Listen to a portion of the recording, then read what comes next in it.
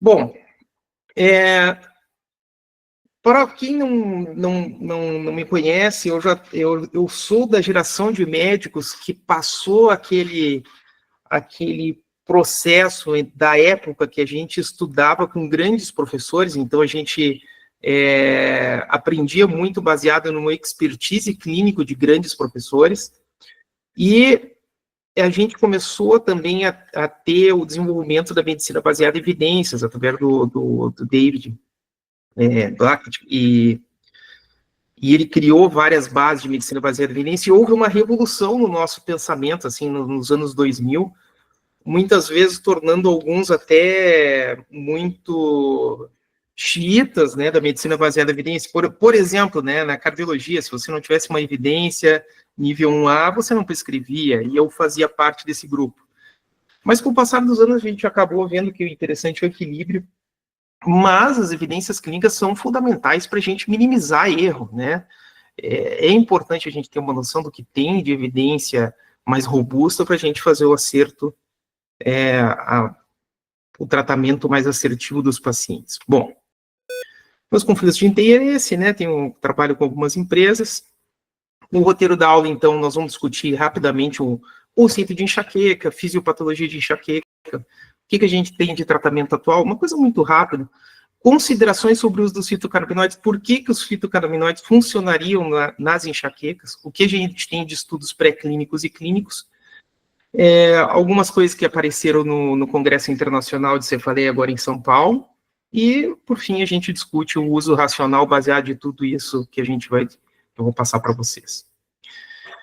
Enxaqueca, então, migrânia, né, dependendo com quem você conversa, é uma condição neurológica que é crônica, incapacitante, né, são dores de cabeça de intensidade moderada a grave, muitas vezes elas são unilaterais, pulsátios, e são associadas com outros sintomas, por exemplo, fotofobia, fonofobia, osmofobia, e as crises podem durar de 4 a 72 horas, ou seja, até 3 dias, né? Muitas vezes piora com atividades simples, com atividades físicas rotineiras, e é uma dor que, conforme vai a evolução ao longo das décadas, pode aumentar em frequência e intensidade, tornando-se crônica. Existe a enxaqueca sem aura, que é a mais comum, né, que a gente vê na prática clínica, 70% a 80% dos pacientes são pacientes com enxaqueca sem aura, seguindo aqueles outros critérios, unilateral, pulsátil, intensidade moderada a grave, associada a náusea, vômito, foto, fonofobia, e muitas vezes não atribuível a outra patologia, nos casos que a gente suspeita que possa haver alguma outra doença de base, além da enxaqueca. A enxaqueca com aura, ou clássica, que a gente chama, né, que perfaz os outros 25% dos pacientes, que muitas vezes tem outros sintomas, né, que a gente fala, que a gente chama de auras, que podem ocorrer de 5 a 20 minutos antes das crises, né, ou às vezes até durante a crise pode acontecer, que são as auras visuais, que é o mais comum, né, que são os escotomas cintilantes.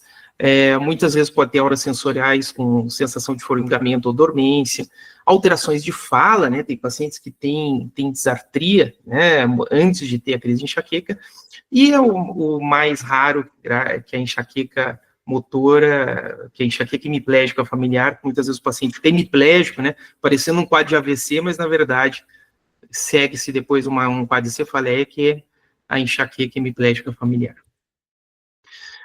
E ao longo da evolução da enxaqueca, ou seja, conforme vai aumentando o número de crises, muitas vezes você pode ter um processo crônico, ou seja, você pode ter 15 ou mais crises de cefaleia nos últimos 3 meses, que consideram um quadro de enxaqueca, mas isso é muito importante. Para enxaqueca, basta a gente ter 8 crises por mês, que muitas vezes você já pode considerar já um quadro já de o que a gente chama de enxaqueca episódica de alta frequência ou crônica, né? Então, necessariamente, não é necessário o paciente ter 15 crises de enxaqueca para ser considerado uma cefaleia crônica. Isso vem de acordo com um conceito que o Dr. Lee apresentou para a gente já há uns 4 anos, que ao longo da história natural do paciente enxaquecoso vai aumentando a frequência das crises, né? Então, ali muitas vezes a gente chama de enxaqueca episódica, e isso é importante a gente entender, né? São aqueles pacientes que têm de 2 a 8 crises por mês, pode ir evoluindo para um quadro de aumento de frequência que a gente chama de intermediária ou crise enxaqueca episódica de alta frequência, precisam de 9 a 14 crises, e os pacientes que têm 14 ou mais, ou 15 crises, a gente chama de enxaqueca crônica. Sendo que, ainda bem, as enxaquecas crônicas, elas são mais incomuns, né? Apesar de ela ser comum no consultório do neurologista, no consultório do clínico, ele é mais raro, né? O clínico costuma receber mais as episódicas, as intermediárias, e os neurologistas, as intermediárias de alta frequência e crônicas, né? E por que fica crônico, né? Porque há um estímulo dos receptores de dor, especialmente ao sistema límbico, ou seja, você torna a percepção de dor cada vez mais hiperreativa a um estímulo menor. E nos últimos anos a gente percebeu que também existe um processo de neuroinflamação nesses pacientes com enxaqueca intermediária e crônica, né? Então, observando que muitas vezes alguns autores até consideram que talvez a enxaqueca seja uma doença que tem um componente autoimune também, haja vista que ela é relacionada com outras doenças autoimunes. É muito comum a gente encontrar enxaqueca no paciente com esclerose múltipla, no paciente com artrite reumatoide, e muitas vezes a gente tem muitos pacientes que têm outras patologias associadas à enxaqueca em si. Um conceito muito, muito importante, até para desenho de estudo, é o conceito de enxaqueca refratária, né, e resistente, que veio desde 2020, desde o Consenso Europeu de Cefaleia. Que é o quê? Na verdade, são os pacientes com enxaqueca de alta frequência, aqueles que têm de 8 a 14 ou mais de 15 crises, mas a enxaqueca resistente é aquele paciente que já fez 3 tentativas de outros tratamentos, né, para sua enxaqueca e falhou, né, a gente não teve controle nas crises desse paciente. E o paciente com enxaqueca refratária que já fez todos os tipos de tratamento e não respondeu. Isso é muito importante para a gente tentar desenhar como que a gente vai prescrever fitocannabinoides, dependendo de cada tipo de enxaqueca, como eu vou mostrar mais adiante.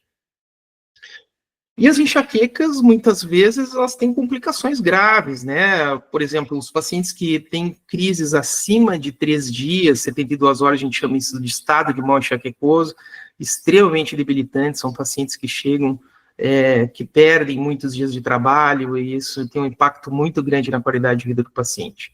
Pacientes que muitas vezes têm aura persistente, né? Sem infarto, e a gente muitas vezes observa o paciente tem a aura persistente, tem a crise, mas continua com a aura, né? Isso tudo bem, às vezes se você tem um escotoma cintilante, até que não incomoda muito, mas naqueles pacientes que têm a questão da linguagem, da disartria, né? Você imagina, então, você ficar 2, 3 dias com alteração de linguagem. Então, algo que realmente impacta muito na qualidade da vida do paciente. Tem os pacientes que podem ter um AVC isquêmico pela enxaqueca, né? Isso ocorre especialmente nos pacientes com estado migranoso. E raro, mas não incomum no consultório do neurologista, o paciente que tem enxaqueca e desenvolve uma crise epilética pela enxaqueca, né? Especialmente realmente nos pacientes com estado de mal enxaquecoso, estado migranoso. Então, vocês vejam que é uma patologia que ela pode se tornar muito grave e muito debilitante e incapacitante na vida dos pacientes portadores de enxaqueca. E por que a enxaqueca acontece, né? Sem dúvida nenhuma, o trigêmeo, né? O sistema trigêmeo vascular é o motor da enxaqueca, né? A origem da enxaqueca, onde ele libera o que a gente chama de peptídeos vasoativos, especialmente o CGRP, né? Que sensibiliza neurônios de segunda ordem a nível do tronco cerebral e ativa os receptores de dor, modulando essa dor, né, no nível de córtex, aquele sistema límbico que eu comentei no início, né, então, dando aquela percepção de dor, aumentando a percepção de dor conforme um estímulo menor, né. E do ponto de vista de sinalizadores, muitas vezes o sistema trigêmeo vascular libera o CGRP, o óxido nítrico, que aumenta o GMP e o AMP cíclico intracelular, abrindo os canais de potássio e causando a vasodilatação, ou seja, aquela sensação pulsátil, né? E isso pode ter uma modulação genética, que é o que a gente vê, muitos pacientes, eles têm variabilidades de intensidade relacionado a genética, né? A gente sabe que a enxaqueca é uma doença genética, muitas vezes com esse distúrbio de canais de cálcio e potássio também, né? Mas, sem dúvida nenhuma, o que a gente vê aqui é essa liberação de CGRP pelo sistema trigêmeo vascular como o epicentro da causa das enxaquecas. E, além disso, a gente vem estudando nos últimos anos a questão da inflamação neurogênica nas enxaquecas, né? Qual é o papel do sistema imune na perpetuação do processo inflamatório, naquela que a gente chama de inflamação estéril da meninge, né? Muitas vezes os pacientes, quando a gente faz, claro, isso é estudo animal, a gente não vê em seres humanos, mas a gente vê que há um processo inflamatório estéril nas meninges relacionado aos mastócitos, uma degranulação constante, e que é sinalizado pela CGRP, mas também pelas interdocinas, né, que são liberadas muitas vezes relacionadas à micróglia, que, na verdade, é um processo de inflamação neurogênica que a gente vê na maioria das patologias neurológicas, não só na enxaqueca. Mas, sem dúvida nenhuma, é o que anda se discutindo como um dos perpetuadores de dor do estado de mal enxaquecoso e também como os causadores de tornar uma enxaqueca episódica em uma enxaqueca crônica. Então, hoje em dia, a gente tem bem definido alvos, né, fisiopatológicos para as medicações que a gente tem hoje em dia, tanto para tratamento profilático, como a gente tem para o sistema excitatório, então a gente tem a gabapentina, o topiramato, que é muito comum para prevenção de enxaqueca, o valproato, né, o propanolol, né, que é uma medicação que a gente ainda usa, apesar de ser mais antiga, e para tratamento agudo, né, nós temos os triptanos, né, e relacionado recentemente ao peptídeo da calcitonina, que são os GPAs, mas também os anticorpos monoclonais, né? Bom, além disso, tem o processo inflamatório, né, que muitas vezes se usa anti-inflamatórios também no tratamento agudo. Então, nós temos protocolos já bem definidos, né, para tratamento de enxaqueca, tanto preventivo como também de primeira linha. E a questão é assim, onde os fitocannabinoides poderiam se encaixar nisso, né? E sabendo que o sistema endocannabinoide é um sistema amplo, difuso, mas ele tem uma grande participação do sistema nervoso central, a questão é, será que realmente modular esse sistema faz sentido no manejo das enxaquecas? Será que, no caso, agir no 2-AG, que é realmente podemos dizer, a molécula que é mais relacionada às dores, né, mais até do que a anandamida, será que realmente tem impacto isso no controle das cefaleias, né, em si, principalmente nas enxaquecas? E sim, a gente tem diversos estudos pré-clínicos, né, mostrando um comportamento interessante dos fitocannabinoides, né, que eles agem no gânglio trigeminal, diminuindo os inputs e, com isso, reduzindo a liberação do sistema trigêmeo vascular de CGRP, né, algo extremamente interessante, através do receptor vaneloide 1 também, mas ele também tem uma ação celular, né, diminuindo aquela degranulação dos mastócitos, diminuindo a resposta inflamatória da micróglia. Então, com isso diminuindo a produção de interdocinas, ou seja, além de ele reduzir a liberação de CGRP através do gânglio trigeminal, a gente também tem uma modulação do processo inflamatório. Tudo isso do ponto de vista clínico, né? Então, nós temos diversos estudos, esse aqui no caso do Ethan Russo, né, que é neurologista também, e vocês vejam que, então, do ponto de vista pré-clínico, faz muito sentido, é uma molécula promissora para tratamento das enxaquecas, né? Só que aí vem o problema, né? Nós temos resultados robustos para o uso de fitocannabinoides da enxaqueca quando a gente vê estudos pré-clínicos, né? Nós temos diversos estudos, mais de 100 artigos de 2015 a 2025, mostrando, sim, que são moléculas interessantes para tratamento das enxaquecas, né? Então, do ponto de vista pré-clínico, nós temos diversos estudos dizendo, realmente, temos informações robustas do que os fitocannabinoides são moléculas interessantes para tratamento dessa patologia. Mas quando a gente vai para estudo clínico, aí a coisa fica um pouco mais complicada, né? A gente vê que não tem estudos ainda de grande qualidade técnica, a gente vê muitos estudos observacionais, existem algumas revisões sistemáticas e meta-análises, mas elas falham porque a gente não tem muitos estudos duplo cego randomizados para a gente poder fazer uma revisão sistemática categórica, que a gente possa dizer que realmente os fitocannabinoides funcionam, né? E quando a gente vai ver artigo clínico, a gente vê que tem muito artigo retrospectivo, tem artigo prospectivo, as doses são variadas, tem, por exemplo, o artigo que usa fitocannabinoides vaporizados, outros não, outros são orais, então ou alguns são sintéticos, que é o nabilon e o dronabinol, então vocês vejam que realmente é muito variável e isso impacta para a gente ter uma resposta mais definitiva.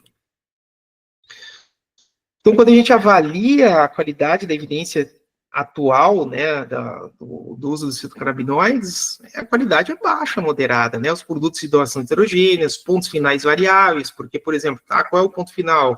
Melhora o score de qualidade de vida, reduz quanto a frequência, reduz quanto a intensidade da dor, né, está muito dependente ainda de desenhos observacionais ou estudos retrospectivos, a gente não tem ainda muitos ensaios clínicos duplo cego randomizados, né? Falta de controle com placebo, medidas de resultado heterogêneas, né? Muitas vezes o que você está medindo, né? Então o desenho ainda não é dos estudos que a gente tem até hoje, ou que a gente tinha, né? Até hoje não era tão interessantes, vamos colocar assim. Então, se a gente fosse fazer um uso racional do que a gente tem de hoje, não vamos botar da semana retrasada para o passado, né? É meio estranho, né? Combinações de soluções oromucosais, que aumentam a absorção, ou seja, fica naquele do 5, 10 miligramas de CBD, que é start low, go slow, e aí fica um pouco complicado até para a gente ter uma segurança prescritiva nesses pacientes. Então, do ponto de vista de caminhos, assim, a gente tem estudos pré-clínicos definidos, a gente sabe muito bem que é uma excelente molécula, mas quando a gente vai ver o caminho dos estudos clínicos, já é um caminho um pouco mais nebuloso, né? E o importante é que agora começam a aparecer alguns estudos mostrando para a gente como é que a gente pode repensar na prescrição desses pacientes, né, com fitocannabinoides. E aí que vinha o interessante, né?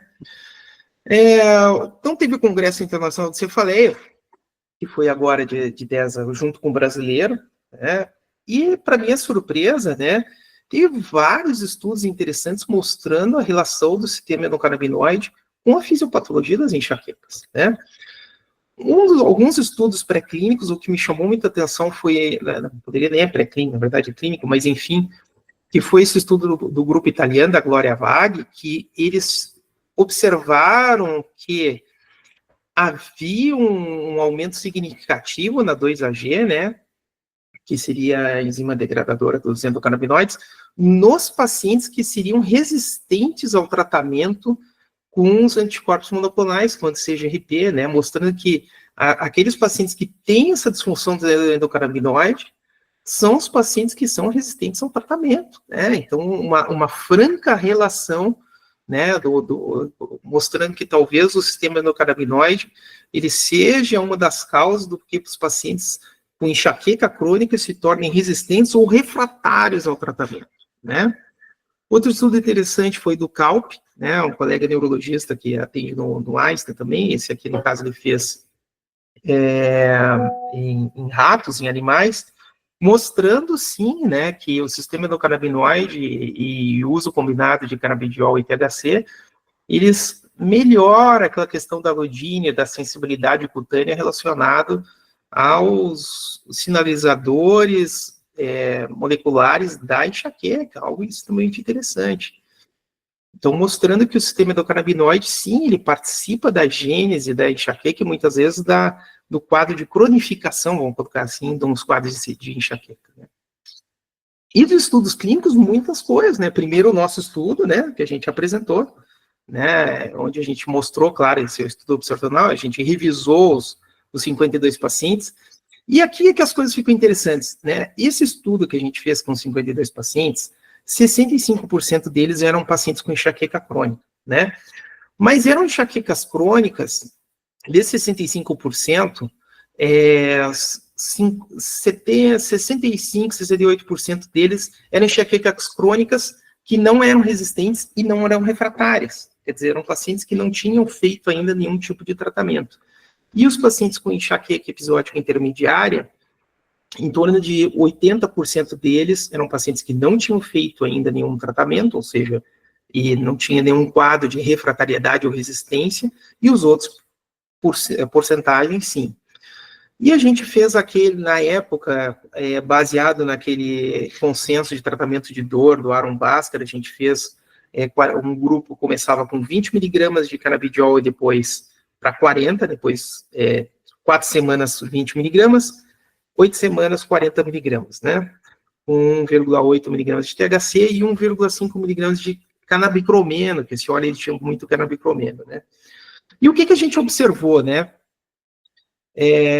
75% dos pacientes reduziram intensidade e frequência em mais de 50%, né? Melhorando o score Midas, né? Que é o score que a gente usa para avaliar a qualidade de vida desses pacientes. E 15% não respondeu ao tratamento. Isso é interessante nesse estudo, né? Então, como assim? E quem eram esses 15%? Eram os pacientes que tinham enxaqueca episódica de alta frequência ou enxaqueca crônica, resistente ou refratário. Quer dizer, paciente resistente ou refratário, aqueles que já tinham feito vários tipos de tratamentos, essa dose não funcionou, né? Não houve benefício. E nesse congresso também teve um estudo, aí sim, né, um estudo duplo cego randomizado, claro que foi piloto, mas o Kalp, ele fez, um neurologista, um colega nosso lá no Einstein, fez um estudo duplo cego randomizado, chamou de Cantrea, né, onde ele usava um óleo que tinha 133 de canabidiol, 66 miligramas de canabigerol e 4 miligramas de THC, né. E o que ele observou, né?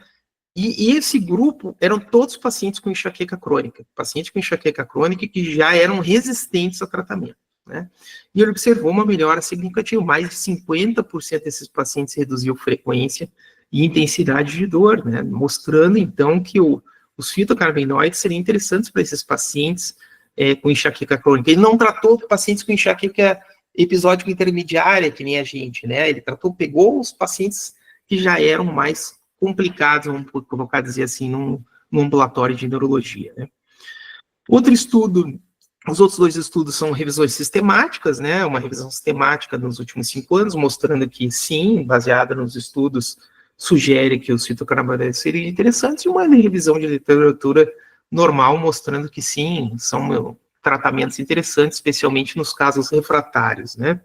Mas o interessante desse congresso foi a gente ter o primeiro estudo duplo cego randomizado bem desenhado, né, para os pacientes com enxaqueca crônica e com uma dose, né, a gente agora tem um alvo de dose. Então, baseado que a gente tem os pacientes com enxaqueca episódica, aqueles que têm 2 a 6 ou 8 crises por mês, né, sabendo que eles podem evoluir com cronificação através do estímulo do sistema límbico, com processo de neuroinflamação, se tornando pacientes com enxaquecas intermediárias ou episódicas de alta frequência e evoluindo para crônica. Aparentemente, o sistema endocannabinoide, a disfunção do sistema endocannabinoide está na gênese de tornar esses pacientes episódicos de alta frequência e crônico refratários aos tratamentos ou resistentes aos tratamentos.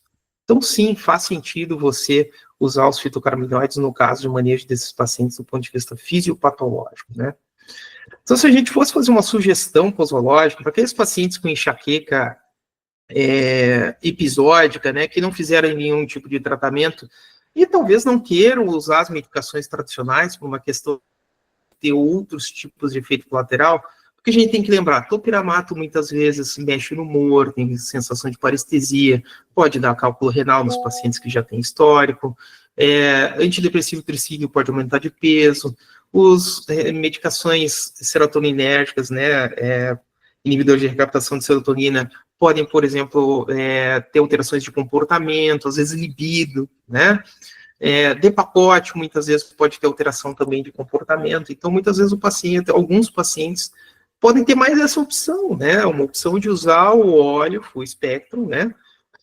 Numa dose mais baixa e ver se há o controle ou não. Já para aqueles casos de intermediária, né, ou episódica de alta frequência e crônica, sem dúvida nenhuma nós vamos ter que usar doses mais altas, até porque, pelo que eu vi no estudo de revisão que a gente fez de caso, mas também no CALP, né? E interessante que agora a gente tem um teto, né? Então isso é que mudou, né? Até onde eu posso ir para manejo de uma enxaqueca crônica com fitocannabinoides, a princípio até 133, 140 miligramas de canabidiol, 4 miligramas de THC, sendo que os outros fitocannabinoides parece que são importantes também, assim como o canabicromeno ou o canabigerol. Então, eu estou muito feliz porque eu observo que ao longo dos anos a gente vem subindo na pirâmide de evidências, então finalmente chegamos no ensaio duplo cego randomizado. Então, se a gente for colocar, olha, uso de fitocannabinoides para pacientes portadores de enxaqueca, qual o nível de evidência? 1B, né? Nós finalmente temos um estudo duplo cego randomizado, bem controlado, bem desenhado.